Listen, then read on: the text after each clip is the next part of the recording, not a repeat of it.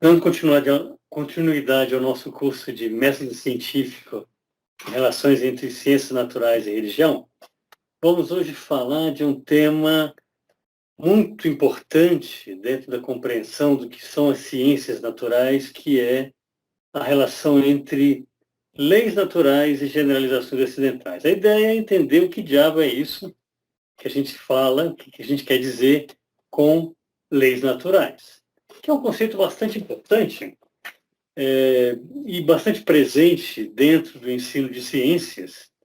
A gente fala constantemente de leis, leis de gases, leis de Newton, leis da mecânica, enfim. O que a gente quer dizer com isso? E uma das maneiras pelas quais a gente pode entender melhor esse conceito é com uma distinção em relação às generalizações acidentais. Esse é mais ou menos o método que a gente vai seguir hoje na nossa discussão. Então, como nós vimos na aula 8, uma explicação em ciências naturais precisa atender os requisitos de verificabilidade empírica. A gente viu isso na aula com a Clara, que vocês devem ter assistido.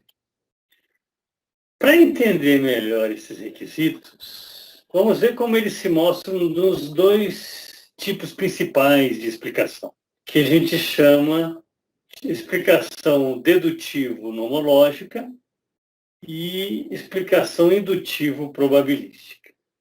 Então, nós vamos ver como esses tipos de explicação, que, de certo modo, a Clara já indicou, como é que eles se distinguem entre si e como em cada um deles se apresenta a ideia de... como é que se apresentam os requisitos de verificabilidade empírica e relevância explanatória. E aí, dentro desse contexto, quando a gente entender o que são essas explicações, que a gente vai ver o papel das leis naturais. Tudo bem? Vamos lá, então.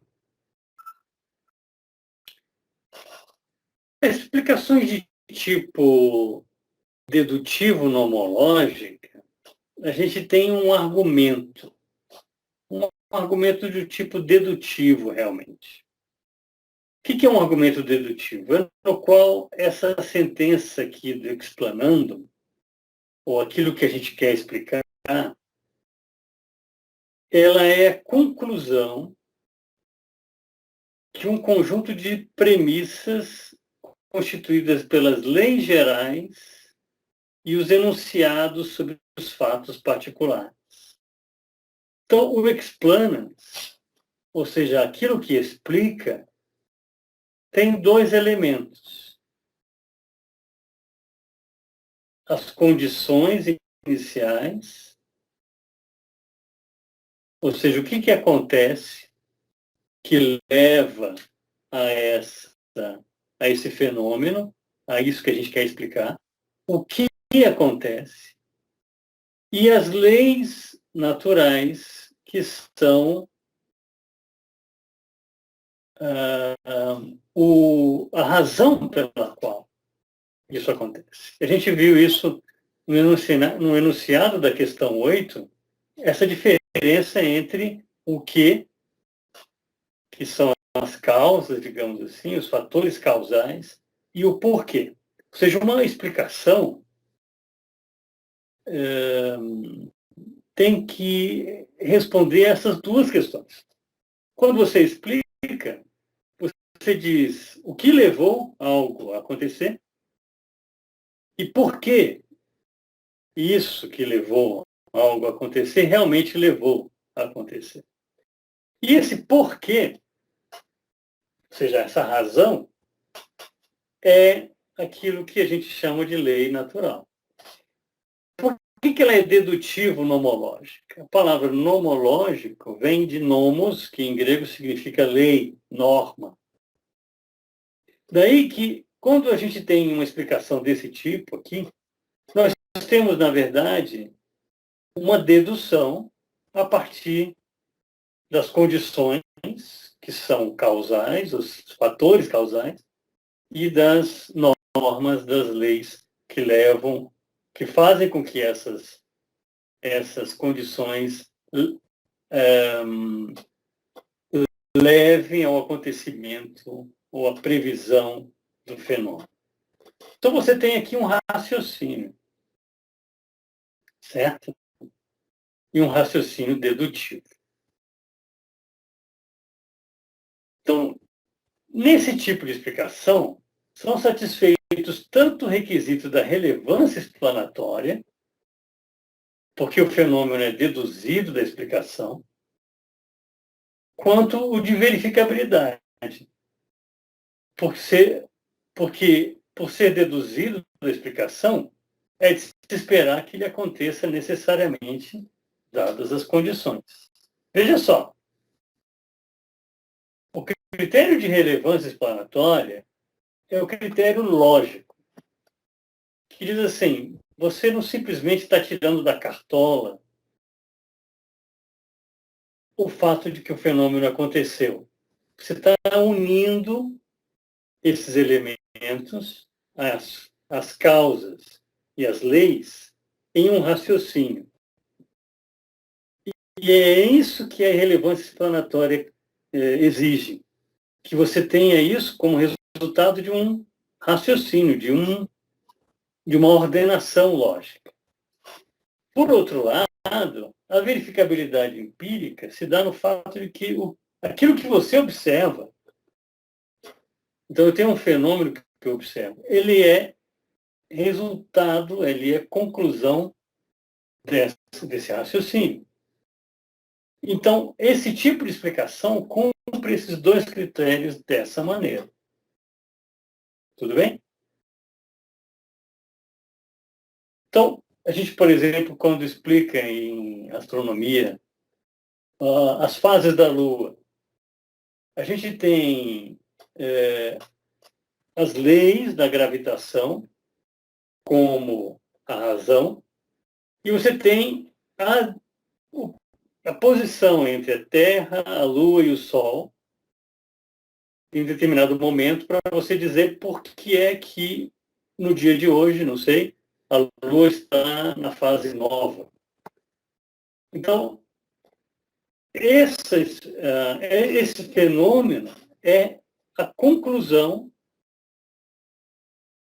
tanto dos fatores causais, a posição relativa da Terra, da Lua e do Sol, quanto das leis da gravitação nesse sistema solar.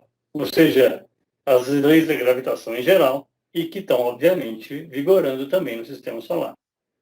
E aí você tem, então, uma explicação de por que a fase da Lua hoje é nova, ou minguante, ou, enfim, depende do dia que vocês estão vendo esse vídeo.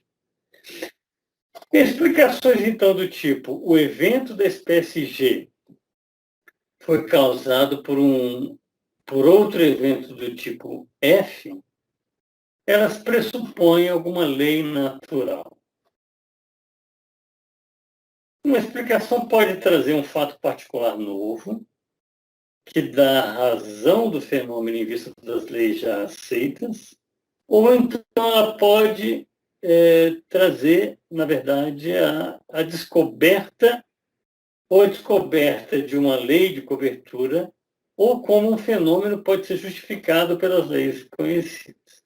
Então, uma explicação pode, na verdade, satisfazer mais de uma, digamos, de uma necessidade teórica, apresentar mais de uma resposta. Então, trazer um fato particular, dar razão do fenômeno, digamos, das leis aceitas, ou a descoberta de uma lei de cobertura, ou seja, uma lei mais ampla que inclui as leis que você já conhece. As leis são o elo entre o explanando e as circunstâncias que servem para explicar a sua ocorrência. E esse é um ponto muito importante. Ou seja, elas são aquilo que permite ligar os fenômenos que você observa e que se atribui como causas e aquele fenômeno que você quer explicar. Então você tem aqui, na verdade, uma construção teórica, uma razão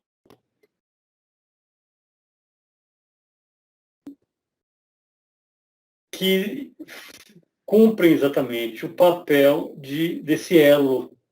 Ela é uma formulação e, muito frequentemente, as leis se apresentam como fórmulas. Ou seja, elas são expressas de um modo tal que você tem a ligação entre esses diferentes fatores de um modo tal que eles se conectam logicamente. Uma característica básica em comum das leis naturais, em explicações dedutivo-nomológicas, é que elas têm a forma universal, que falam que sempre e sem exceção, que se ocorrer F, se ocorrerem aqueles fatores causais, vai então ocorrer aquele fenômeno que você está querendo explicar. Ou seja, se F, então G. Essa forma universal, ela é característica do tipo de explicação dedutivo-nomológica. É importante ver, então, o quanto que isso tem, de fato, uma forma lógica aí. E o tipo de afirmação, o tipo de proposição que você tem e que permite, de fato, essa conexão lógica. No entanto, e aqui a gente entra mais especificamente no assunto que dá título a essa aula, nem toda sentença universal é uma lei natural. Mesmo sentenças universais verdadeiras podem ser meras generalizações acidentais. Eu posso, por exemplo, dizer todos os objetos dentro de uma determinada caixa são inanimados, por exemplo. Essa é uma afirmação que tem a forma universal. Eu estou falando todo X que tem dentro dessa caixa tem a forma G, que é ser inanimado. Isso não é uma lei universal. Embora ela tenha a forma universal. E aí, mesmo nesse caso, eu posso dizer, se esse X é um objeto que está dentro dessa caixa, então esse objeto tem essa forma G. Ou seja, eu não tenho, embora tenha aí a forma lógica de uma lei universal, eu não tenho uma lei universal propriamente dita. Eu teria uma generalização acidental. Isso coloca um problema muito interessante para a filosofia da ciência. Ou seja, o que distingue uma lei natural de uma generalização acidental? Esse é, na verdade, um dos temas mais interessantes da filosofia da ciência, a rigor. Uma primeira tentativa de responder a essa pergunta seria dizer que uma generalização acidental é uma afirmação que descreve um objeto ou evento sem mostrar um traço essencial desse objeto ou evento. ou seja, algo que realmente caracterize de modo universal. E por isso, ela é chamada de acidental. Ou seja, não basta ser uma generalização e, portanto, ter uma forma universal que transforma uma determinada afirmação em uma lei natural. Ela tem que, na verdade, captar um traço essencial que permita a universalização. E esse traço essencial, geralmente a gente distingue, isso é muito comum na história, até na linguagem cotidiana, muito comum a gente distinguir aquilo que é essencial do acidental.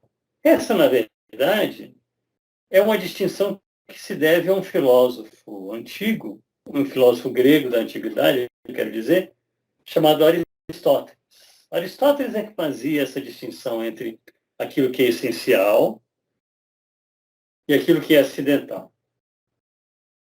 Para Aristóteles, a gente só conhece quando é capaz de entender a essência. E também isso a gente fala muito na linguagem comum. Conhecer algo é captar a essência desse algo. Não é? E aí, uma maneira de você entender, então, a diferença entre leis naturais e generalizações acidentais é dizer, bom, quem sabe a gente não pode entender leis naturais como aquela afirmação que nos mostra o que é a essência de uma coisa. Seria isso que a gente tem realmente nas ciências naturais?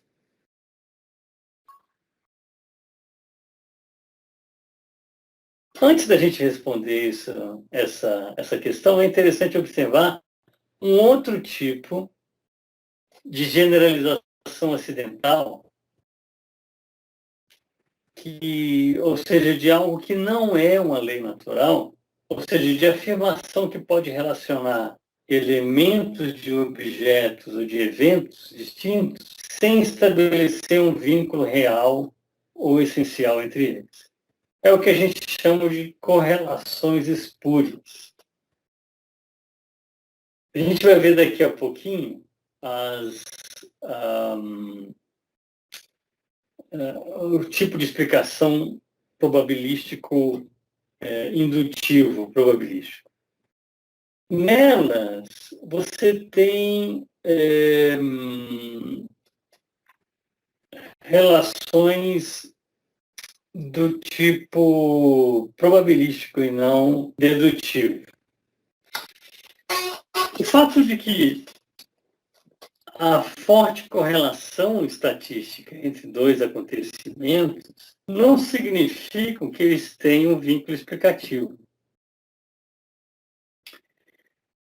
Você tem até, inclusive, um site em inglês muito interessante sobre vários exemplos engraçados dessas correlações espúrias. Por exemplo, aqui você tem uma correlação fortíssima, que do ponto de vista estatístico é algo próximo de 100%, é 99, alguma coisa, de correlação entre o gasto dos Estados Unidos com ciência, pesquisa espacial e tecnologia e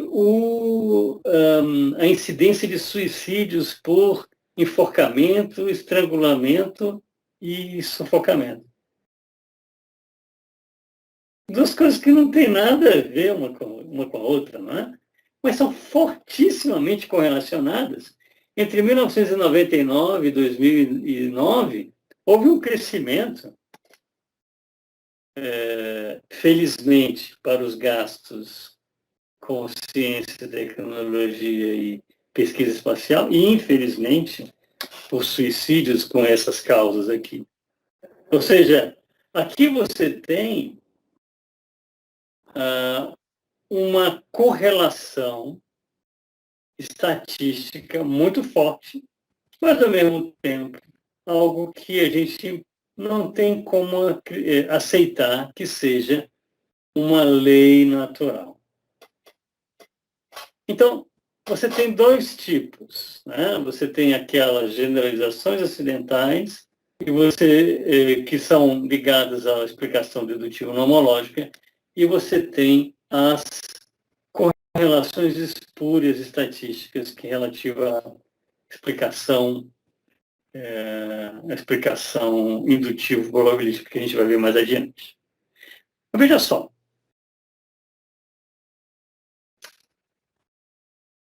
ao se restringir a elementos não essenciais, a generalização acidental não permite conhecer o objeto ou evento realmente.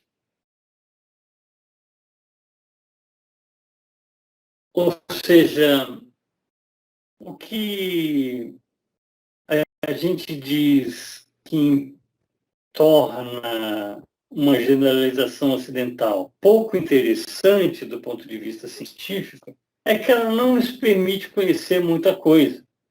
Ela simplesmente descreve algo quanto a um aspecto menos importante ou então muito restrito, muito particular. E é por isso que a gente chama isso de acidental. Porém, a filosofia moderna, principalmente no século XVIII, questionou bastante a noção de essência, especialmente em vista do tipo de conhecimento que se estava construindo na ciência moderna desde o século XVI e XVII, com Galileu, Newton e outros. Ou seja, foi exatamente com o surgimento das ciências naturais modernas que a noção de essência lá de Aristóteles começou a ser colocada em questão. Ou seja, a ideia não é que essa noção de essência fosse inútil ou fosse inaceitável, irracional. Não. A questão é que a ciência natural moderna não estava procurando essências, mas estava procurando características comuns que permitissem prever ou explicar um evento. E as leis naturais, portanto, não eram exatamente essências do que estava acontecendo. Porque, na verdade, as ciências naturais não estão procurando essências, elas estão procurando outra coisa.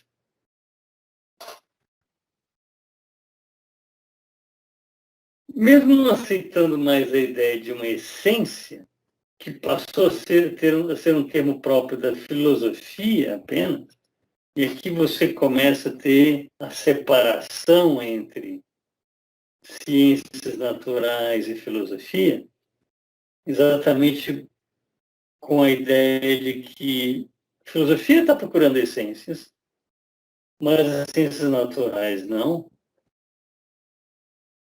É que as leis naturais foram entendidas como falando de leis em um sentido que não é nem uma generalização acidental, nem uma simples correlação estatística coincidente. Então, vamos ver se a gente entende isso daqui. Uma lei natural não é uma essência. Mas, ao mesmo tempo, também não é uma mera coincidência ou uma mera descrição particular. O que é, então? A imagem e o próprio nome de lei talvez seja uma boa pista para a gente entender esse conceito. Quando a gente fala de lei no sentido jurídico, a gente tem determinadas instituições, Congresso Nacional, no caso do Brasil, que elaboram as leis.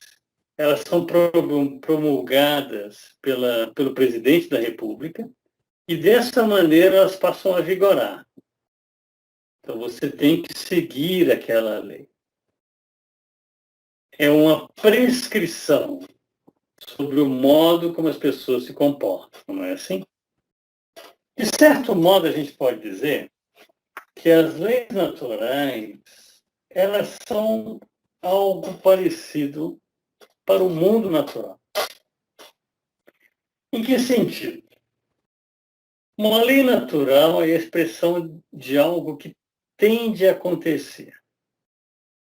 Ou seja, ela é a expressão de uma necessidade. Ou seja, necessidade não naquilo de uma carência, daquilo que a gente precisa, mas de uma necessidade no sentido de uma coisa que não pode acontecer de outro modo. Que é basicamente a ideia de uma lei no sentido jurídico, não é não? Então diz assim, o Código Nacional de Trânsito diz que quando um pedestre está atravessando a faixa, aqui no Distrito Federal, pelo menos, a gente cumpre isso, né? Os automóveis devem parar e esperar o pedestre terminar de atravessar a faixa. Isso não é uma descrição de como as pessoas fazem. Não. É um modo, é uma descrição do que é uma prescrição, perdão, do que elas devem fazer. E aí, quando você tem, por exemplo, uma lei da mecânica que diz que a toda ação corresponde a uma reação, no mesmo sentido, em direção contrária, o que você tem é uma prescrição. Ou seja, a natureza deve se comportar dessa maneira. Mas como assim?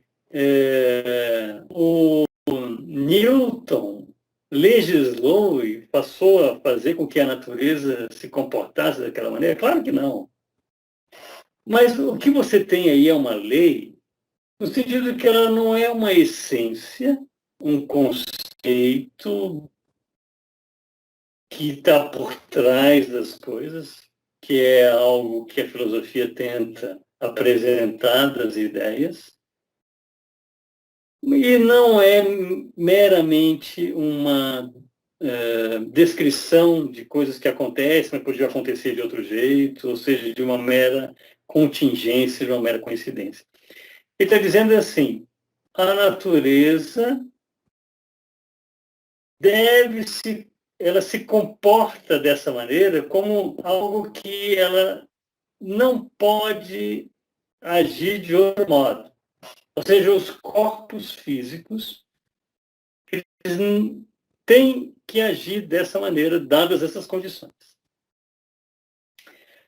Você tem, é claro, uma analogia com a lei no sentido jurídico. Mas é uma analogia no sentido de que você tem uma construção linguística, uma lei natural, então, uma construção, uma afirmação que vocês elaboram em linguagem matemática, frequentemente. E essa construção, ela diz aquilo que, como o mundo deve se comportar. Ou seja, como eu devo prever que o mundo vai se comportar. E aí, olha só que interessante. Quando eu elaboro uma lei dessa maneira, eu digo por que é que aqueles fatores causais levaram àquela consequência do objeto, do fenômeno ou objeto que eu quero explicar. Agora, o que acontece se aqueles fatores causais estão presentes? A minha lei está expressa daquela maneira, de modo que eu posso vinculá-la logicamente com o fenômeno. E o fenômeno não acontece. Ou seja, digamos que eu prevejo que, dadas a órbita dos planetas, o determinada posição, a gente viu isso numa aula passada que eu mesmo apresentei, uma determinada posição do planeta Urano, qual é a órbita que ele deve descrever, dadas as leis da gravitação universal, lá de Newton. A gente viu que eu não poderia esperar determinada irregularidade ou determinado movimento do planeta Urano. Lembra daquele exemplo? Pois o que você tinha aí? Quando eu tenho uma situação como essa, eu tenho uma correta descrição da posição do planeta e do movimento que ele descreveu. Mas eu não tenho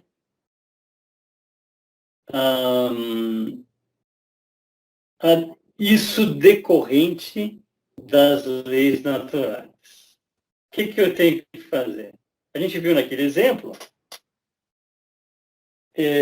houve a postulação de um outro planeta, que foi o planeta Netuno, que só algum tempo depois foi observado. Mas se eu tenho uma situação na qual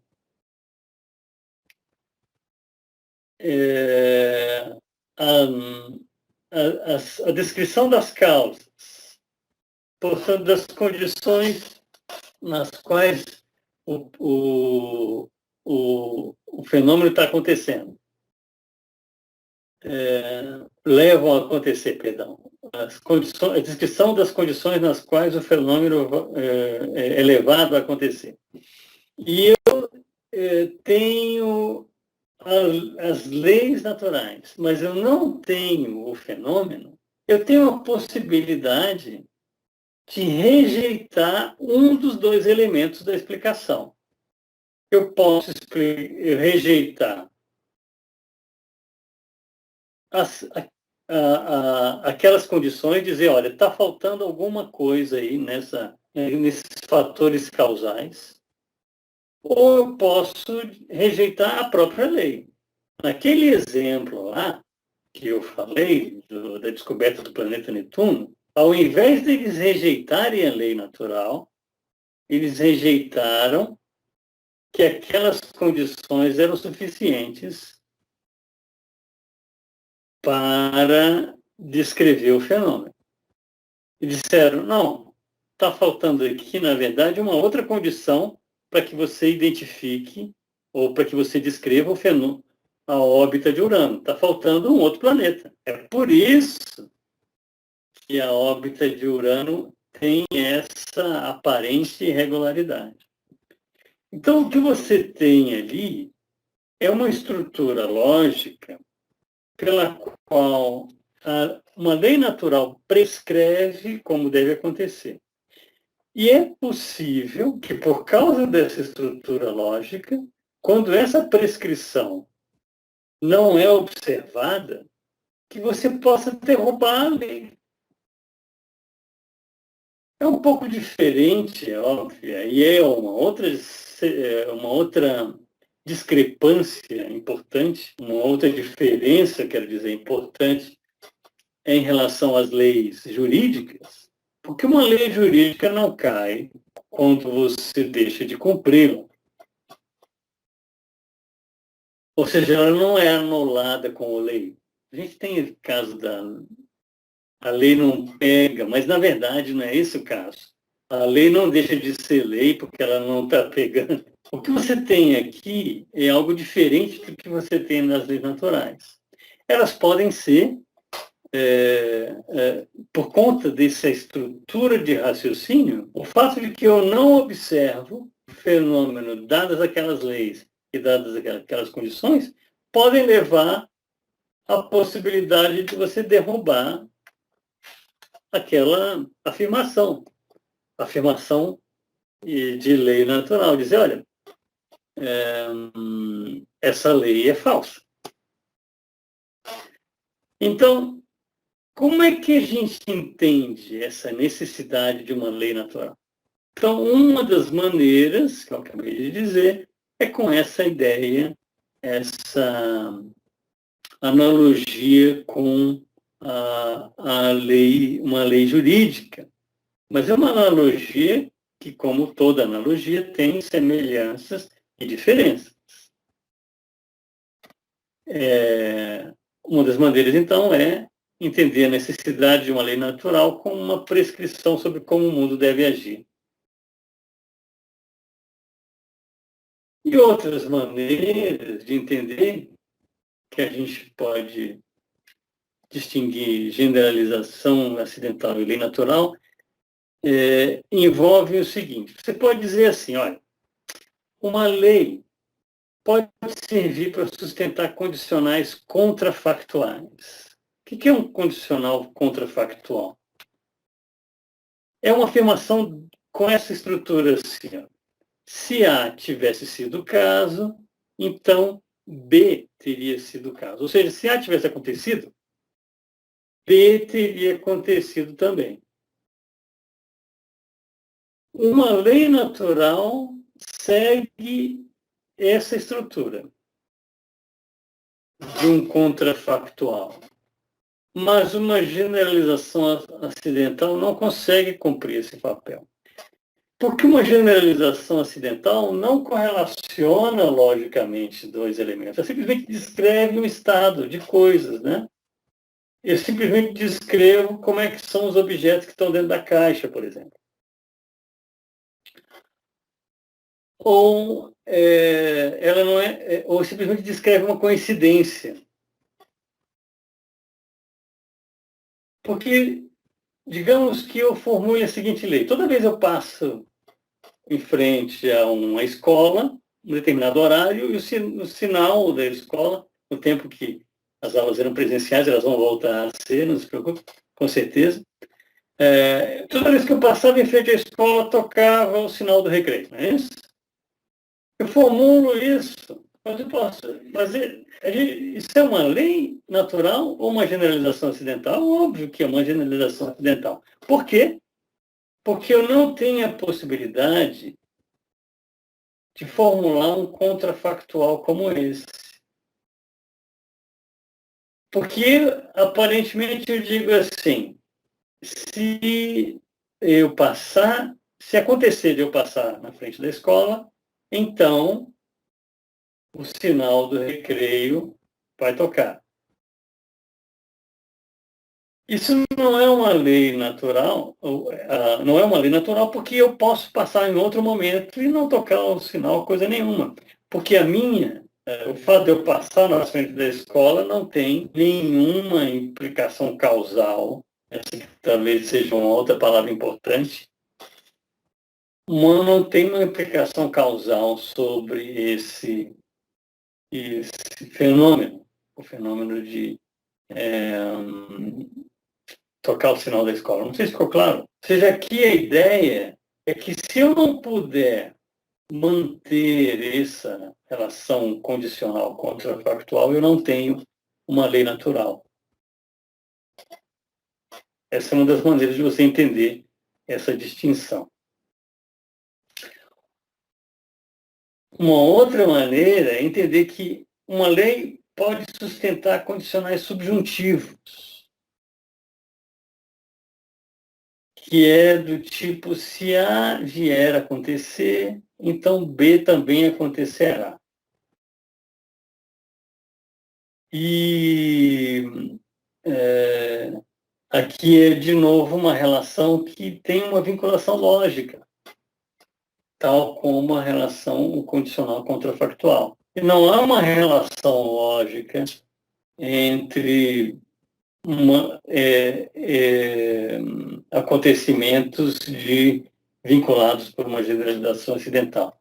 Ou seja, pode vir a acontecer de eu passar em frente à escola e o sinal não tocar coisa nenhuma. Agora, uma lei natural, ela sustenta essa relação. Então, se eu tiver uma determinada posição entre Terra, Lua e Sol, dadas as leis da gravitação e outras leis da física, então vai acontecer de eu ter aquela fase da Lua nova, por exemplo. Uma generalização acidental não pode sustentar esse tipo de relação. Além disso, uma lei pode servir de base para uma explicação. E essa é a ideia geral. Uma generalização ocidental não permite fazer essa vinculação. Ou seja, a rigor, a gente pode dizer a principal ideia aqui é que uma lei natural não, uma lei natural serve de vínculo lógico. Tudo bem? Passamos então para as explicações indutivo-probabilísticas. Algumas leis naturais são sentenças gerais que não têm forma universal, mas probabilística, na qual o explanando, aquilo que eu quero explicar, não é a conclusão necessária das premissas, mas apenas provável ou praticamente certa. Leis na forma probabilística permitem a uma explicação satisfazer os critérios de relevância explanatória e verificabilidade, tanto quanto as leis na forma universal, pois elas não são um mero relato de casos passados, mas pretendem falar de casos futuros também, mesmo que em termos de probabilidade apenas. Eu posso dizer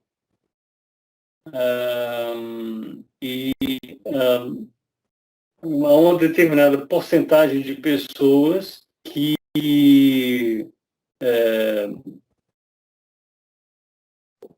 tendo determinadas condições de saúde, vão adquirir ou ser contaminadas ou infectadas com o vírus da Covid-19. Essa não é uma generalização ocidental.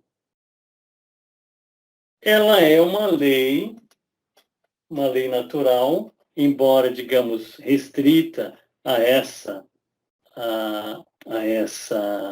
doença, mas ela permite prever determinados fenômenos. Se você tem tal doença prévia e você se submete a determinadas situações, a uma situação de contágio, você tende a desenvolver essa doença com tal grau de gravidade. Aqui você tem a possibilidade de prever fenômenos e, inclusive, desenvolver atitudes e mecanismos, processos para evitar acontecer aquele fenômeno que você pode prever por essa explicação. Então, você tem aqui uma lei natural de tipo probabilístico. Você não está falando que todo mundo, mas que uma determinada porcentagem de pessoas com tal doença vão adquirir essa tal doença prévia, vão adquirir essa nova doença com tal grau de gravidade. Isso é probabilístico apenas, mas ainda assim é uma lei natural. A explicação probabilística, então, pode ser colocada nessa seguinte forma explicativa. A probabilidade de R, ou enfim, de você adquirir a doença, por exemplo, dado F é próximo de 1. Sendo abaixo de 1 é uma probabilidade menor do que 100%. E é um caso de F, ou seja, essa situação que você tem específica com aquela pessoa é um caso daquela situação, daquela doença, logo isso torna altamente provável que I é um caso de R também. Ou seja, que você tem aí é algo ligado a um fator causal que levou a esse acontecimento. O que temos assim, acima, nesse raciocínio, não é uma relação estatística entre espécies de eventos, mas uma relação lógica entre sentenças. Você tem um tipo de raciocínio que combina, de novo, fatores causais, uma lei probabilística e permite deduzir um determinado fenômeno.